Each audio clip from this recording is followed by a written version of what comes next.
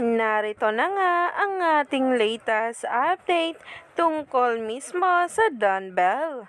Dahil tatlong mga awards na nga ang sunod-sunod na nakuha ng dalawa.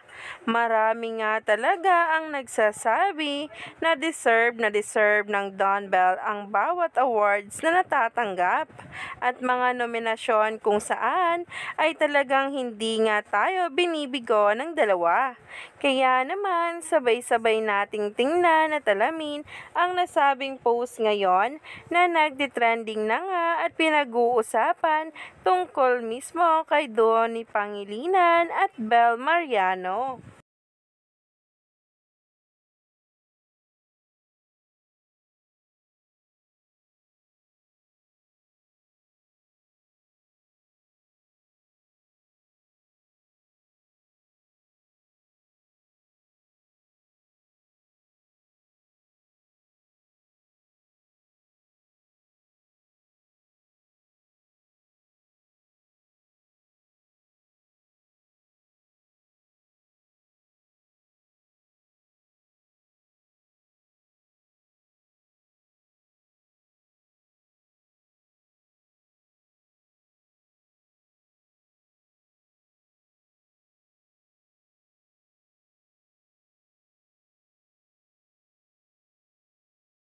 Talaga nga namang ang dumbbell talaga ang pinakaabangan ng mga netizens na makita sa mga ganitong event.